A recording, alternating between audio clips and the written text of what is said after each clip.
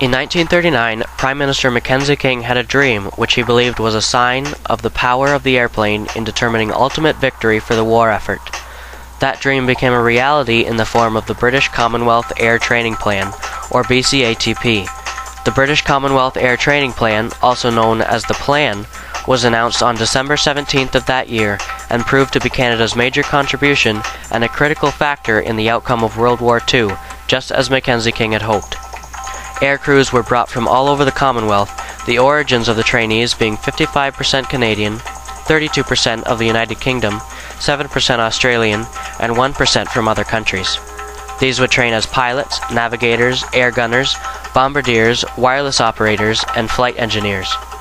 At its peak in 1943, the BCATP was graduating a remarkable 3,000 students per month, and by the end of the plan, Canada had produced 131,553 graduates, including 50,000 pilots, 1,900 wireless operator air gunners, and 16,000 navigators. Of this number, 73,000 were Canadian. To accommodate the men and equipment and to provide sufficient instructional facilities, the BCATP authorized the construction of 6,068 buildings in total, including 494 hangars. The deal made between Canada and Britain was that Canada would provide airfields, aircraft, and basic services which were far out of range of the German Luftwaffe, and Britain would supply the instructors. Approximately 40,000 personnel were required for instruction and maintenance of the air training schools.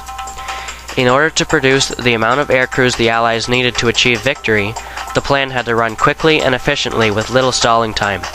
The 24,000 hours of flying time logged by one elementary flying school easily surpassed the 1,200 hours logged by the entire RCAF in 1932.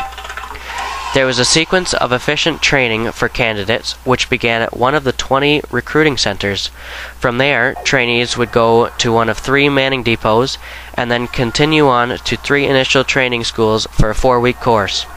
Following completion, 3 separate schooling pathways were available: pilot training, air observation training, and air gunner training. Canada was the perfect location because it had plenty of wide open space and good flying conditions, such as on the prairies. It was a safe distance from the actual fighting and bombing routes. Industrial infrastructure for an aviation industry was available to supply frames, engines, and full aircraft, as well as old aircraft which were refitted and returned to service. Lastly, Canada had access to fuel, American manufacturers, and North Atlantic shipping routes to Great Britain. President Roosevelt of the United States of America referred to Canada as the aerodrome of democracy. 50,000 pilots were trained in total, each costing $21,000. The total cost of Canada's training program was over $2.2 billion, of which Canada paid over 70%. Although the BCATP was only in operation for 5 years and ended 60 years ago, its widespread impact can still be felt today. Picton hosted a training school and airport on the Heights, and many of our local residents were involved or have connections to people who joined the RCAF and attended the school. The plan also created an economic boom that pulled people out of the Great Depression. As bases were being built, local companies won contracts for labor, gravel, and lumber supplies. Residents were employed on construction crews, while merchants welcomed construction workers who spent their paychecks on housing, food, clothing, and recreation.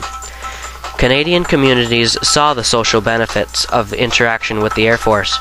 One politician who anticipated a training school being built in his community said that the work and presence amongst us of many members of the Air Force would give our people a new spirit, make them conscious of the fact that they are directly interested in the successful issue of the war, stimulate recruiting, and arouse their national feelings.